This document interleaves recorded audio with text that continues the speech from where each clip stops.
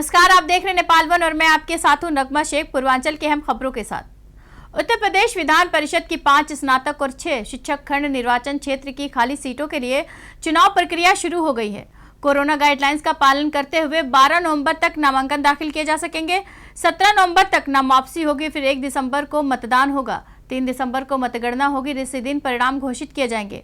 आगरा, मेरठ, लखनऊ, वाराणसी और इलाहाबाद झांसी खंड स्नातक निर्वाचन क्षेत्र और लखनऊ, वाराणसी, बरेली, मुरादाबाद, मेरठ, आगरा, गोरखपुर, फैजाबाद खंड शिक्षक निर्वाचन क्षेत्र के विधान परिषद के चुनाव होने हैं। योगी सरकार ने तो माफिया मुख्तार अंसारी और उसके साथियों पर शिकंजा कसा ही है। मुख्तार की विधानसभा सदस्यता पर भी खतरा मंडराने लगा है। एक समाज सेवी ने विधानसभा अध्यक्ष हृदय नारायण दीक्षित को ज्ञापन सौंपकर मुख्तार अंसारी की सदस्यता रद्द करने की मांग की है। विधायक मुख्तार अंसारी की मुश्किलें बढ़ती जा रही हैं। यूपी सरकार जहां एक और मुख्तार अंसारी के करीबियों पर शिकंजा कस रही है, उनकी संपत्तियों पर कार्रवाई कर रही है, तो वहीं दूसरी तरफ मुख्तार की विधानसभा सदस्यता पर भी खतरा मंडरा रहा है। वाराणसी के माफिया विरोधी मंच के अध्यक्ष सुधीर सिंह ने मुख्तार अंसारी की सदस्यता रद्द करने के लिए विधानसभा अध्यक्ष हृदय नारायण दीक्षित के पास आवेदन दिया है। उनकी दलील है कि अगर कोई विधायक सदन की कार्रवाई के दौरान लगातार गैर हाजिर रहता है तो उसकी सदस्यता रद्द होनी चाहिए। याचिका में कहा गया है कि मुख्तार अंसारी विधानसभा के किसी भी सत्र या संवैधानिक चर्चा में शामिल नहीं रहे हैं। भारतीय संविधान के अनुसार अगर कोई विधायक लगातार 60 दिन तक सत्र में गैर मौजूद रहता है तो उसकी सदस्यता रद्द करने का प्रावधान है। इसलिए मुख्तार अंसारी की सदस्यता रद्द होनी चाहिए। आवेदन में कहा गया है कि पूर्वांचल की मऊ सदर सीट पर विकास का ना तो कोई काम हो रहा है। मुख्तार अंसारी पिछले 10 साल से जेल में बंद हैं। फिलहाल वो पंजाब के रोपड़ जेल में हैं। मुख्तार और उसके करीबी पहले से ही योगी सरकार के निशाने पर हैं। यूपी पुलिस मुख्तार के दर्जन भर से अधिक करीबियों की करोड़ों की संपत्तियां जब्त कर चुकी है। देवरिया पुलिस ने सलेमपुर थाना क्षेत्र के पडरी तिवारी गांव में भी हत्या का मामला सुलझा लिया। छानबीन के आधार पर मृतक व्यक्ति की पहचान राम बालक चौहान के रूप में हुई, जिसके सिर और गर्दन पर गोली लगी थी। पुलिस ने इस मामले में 3 संदिग्धों को पूछताछ के लिए हिरासत में लिया था। इसी आधार पर पुलिस ने मनीष यादव उर्फ छोटे यादव को गिरफ्तार कर लिया। पूछताछ से पता चला कि अभियुक्त और मृतक के बीच जमीन की खरीद फरोख्त को लेकर पैसे के लेन देन का विवाद था। इसी विवाद को लेकर 1 नवंबर की रात मनीष यादव ने राम बालक की हत्या कर दी। यह तथ्य प्रकाश में जो था वो प्रमाणित हुआ और इस आधार पर आज पुलिस ने मनीष कुमार नामक एक अभियुक्त को गिरफ्तार किया है, जो मजरी खुर्द थाना सलेमपुर का रहने वाला है। इस अभियुक्त ने घटना का पूरा इकबाल किया है। घटना में प्रयुक्त लाइसेंसी रिवाल्वर जो बड़हरा गांव के एक व्यक्ति की बताई जाती है, उसे भी पुलिस ने बरामद कर लिया है और खोखा कारतूस भी उसका बरामद हो गया है। इस संबंध में एसओजी और सलेमपुर पुलिस ने अथक परिश्रम करके इस घटना का सफल अनावरण करने में कामयाबी हासिल की है। इस संबंध में अग्रेतर विधिक कार्रवाई कराई जा रही है। बलिया जिले में नर्सिंग होम से रुपए की लालच में एक नवजात को बेचने का मामला सामने आया है। शिकायत मिलने पर शहर कोतवाली पुलिस ने बांसडी रोड थाना क्षेत्र के शंकरपुर गांव से इस नवजात के साथ इसको पाल रही औरत को गिरफ्तार किया। इस मामले में युवती की मां और नवजात खरीदने वाली महिला से पूछताछ की जा रही है। बलिया में मासूम की खरीद फरोख्त का मामला एक तब उजागर हुआ जब दुबहड़ निवासी एक शख्स ने पुलिस को शिकायत पत्र देकर आरोप लगाया कि नवजात बच्चे को शंकरपुर निवासी एक महिला को 80,000 रुपये में बेच दिया। शिकायत मिलने के बाद एसपी ने जांच के आदेश देते हुए पुलिस को मौके पर पहुंचने के निर्देश दिए।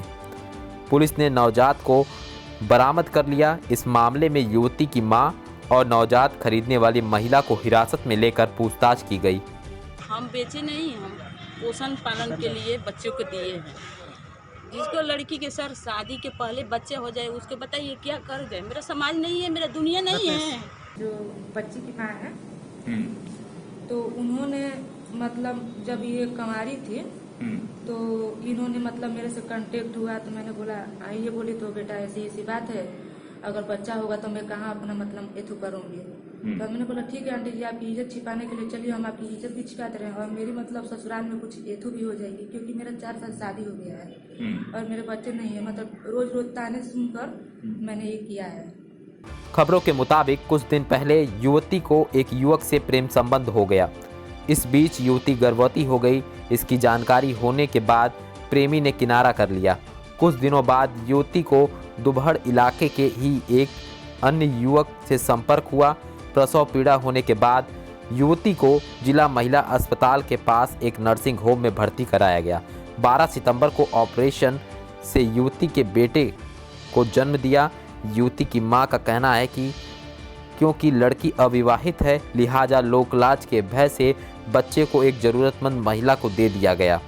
वहीं बच्चा खरीदने वाली महिला ने कहा कि उसने बच्चा ना होने के कारण इस नवजात को 80,000 रुपये में खरीदा था। कुशीनगर इंटरनेशनल एयरपोर्ट को लेकर कवायद शुरू हो गई है। एयरपोर्ट की सुरक्षा को लेकर एजेंसियां अभी से सतर्क हैं। एयरपोर्ट की सुरक्षा किस तरह से की जाए इसे लेकर एटीएस और स्थानीय पुलिस संवाद से लेकर संयुक्त अभ्यास तक कर रही है। किसी भी आतंकी घटना से निपटने में सक्षम देश की प्रमुख एजेंसी एटीएस अब स्थानीय पुलिस को प्रशिक्षित कर रही है। कुशीनगर की स्वाट और एटीएस की स्पॉट टीम ने कुशीनगर इंटरनेशनल एयरपोर्ट पर किसी आतंकी घटना से निपटने का संयुक्त अभ्यास किया।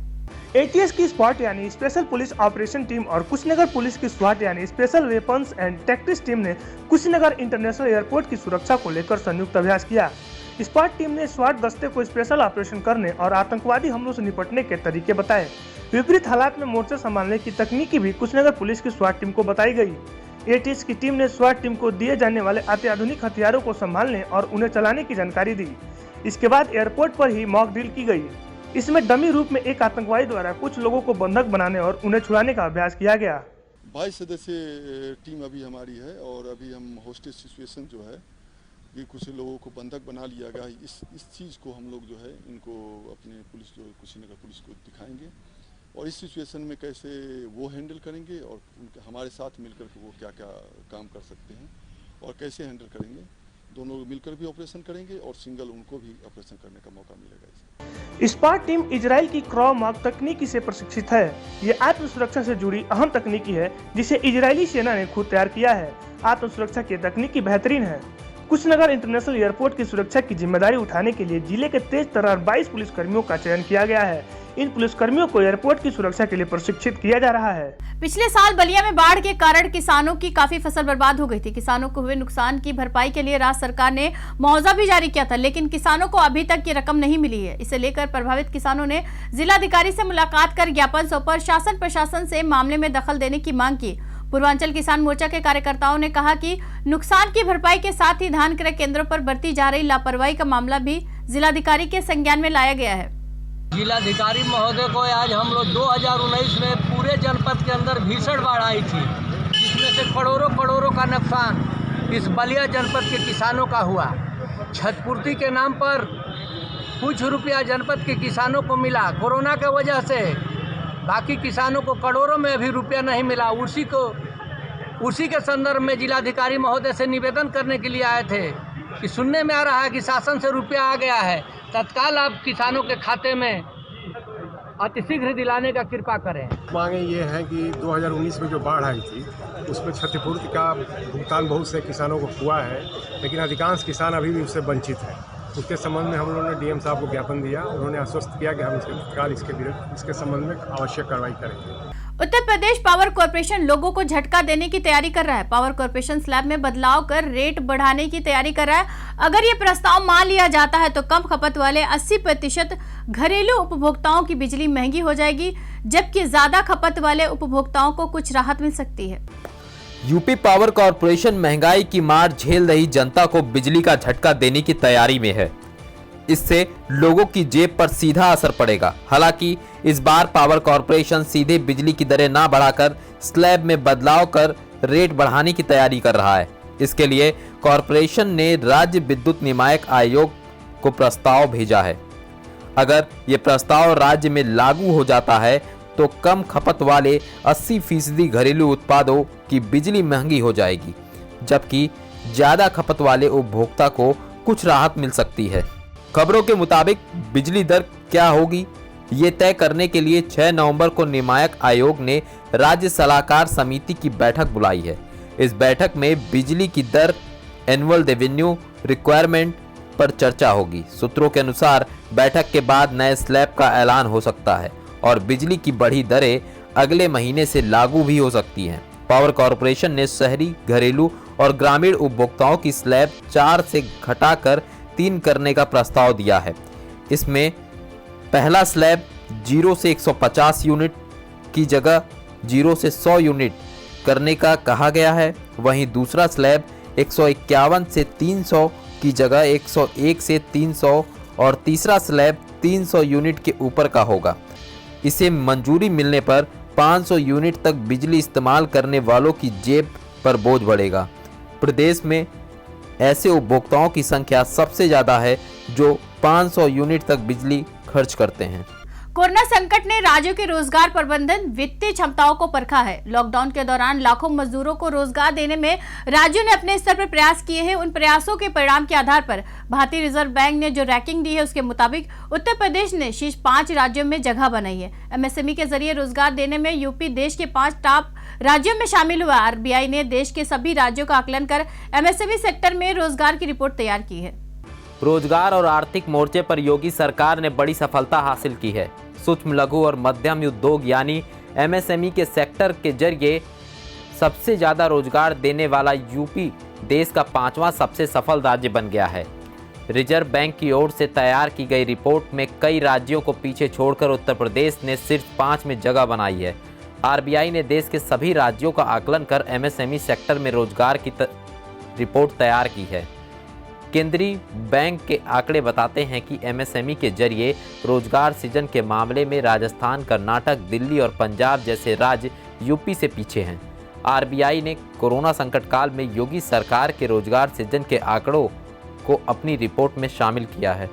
रिजर्व बैंक की रैंकिंग में महाराष्ट्र, तमिलनाडु, गुजरात और मध्य प्रदेश के बाद उत्तर प्रदेश का नंबर है।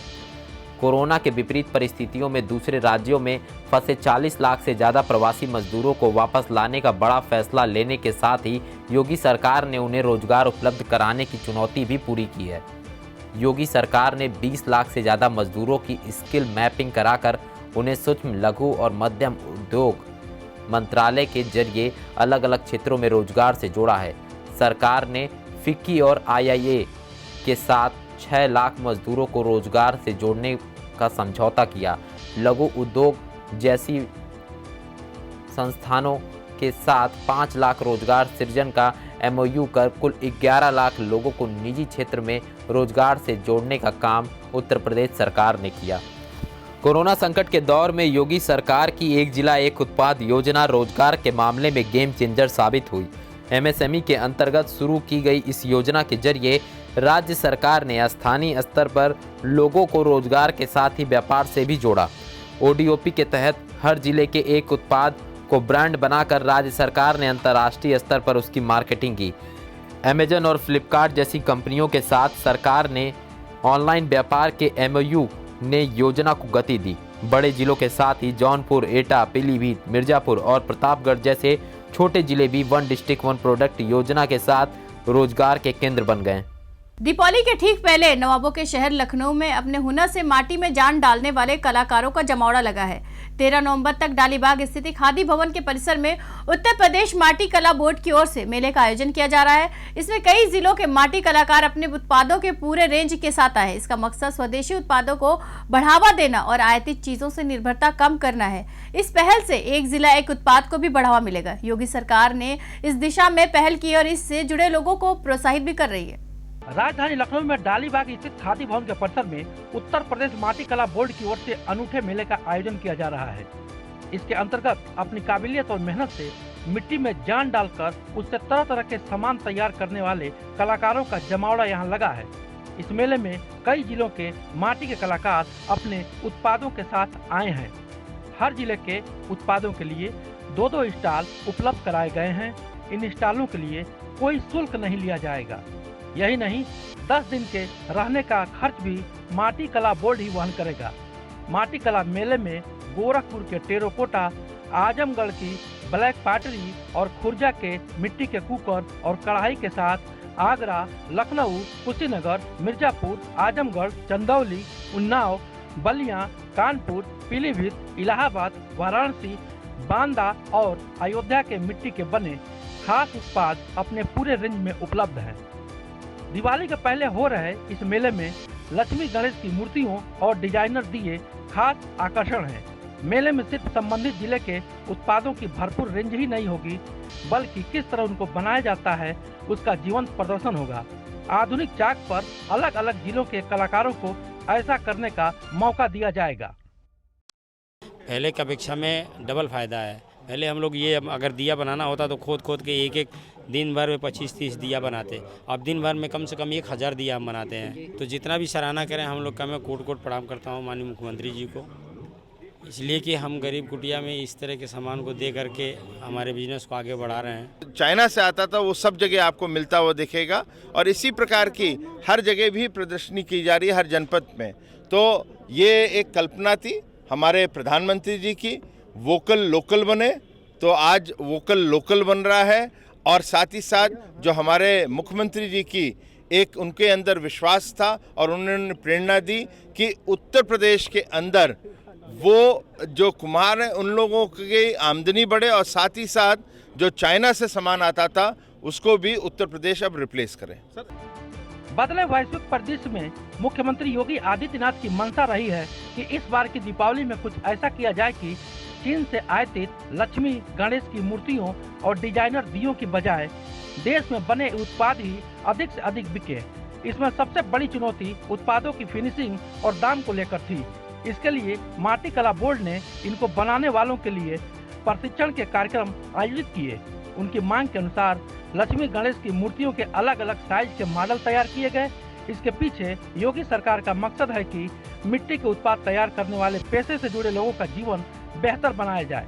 इसके साथ ही माटी कला बोर्ड लगातार उत्पादन क्षमता बढ़ाने, गुणवत्ता में इनको बेहतर बनाकर बाजार में प्रतिस्पर्धी बनाने का प्रयास कर रहा है। कोरोना संक्रमण के बीच संगम नगरी में लोगों के सिर पर त्योहारों का खुमार सिर चढ़कर बोल रहा है। लोग गीत संगीत के कार्यक्रमों में हिस्सा ले रहे हैं। हालांकि इस दौरान संक्रमण से सुरक्षा के उपाय भी किए जा रहे हैं। प्रयागराज के झलवा में लोगों ने कोविड के खतरे से बचने के लिए पीपीई किट पहनकर डांडिया नाइट में हिस्सा लिया और गाने की धुन पर खूब थिरके। लड़कियों ने भी मास्क लगाकर डांडिया में हिस्सा लिया।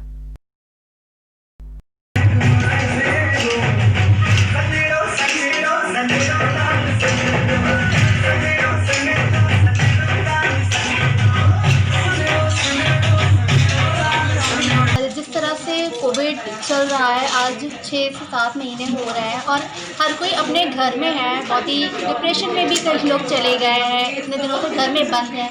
तो उनको देखते हुए एक छोटा सा शो हमने ऑर्गेनाइज़ किया है जिसका नाम है द डायनामिक डांडिया नाइट। और इस शो में ये अच्छा है कि जितने भी यहाँ पे ऑडियंस आई थी उन सभी ने पीपीई किट पहन के परफॉर्म किया है विद सैनिटाइजर और मास्क के साथ सबने किया है। पूर्वांचल न्यूज़ में आज बस इतना ही। कल फिर होगी आपसे मुलाकात। नमस्कार।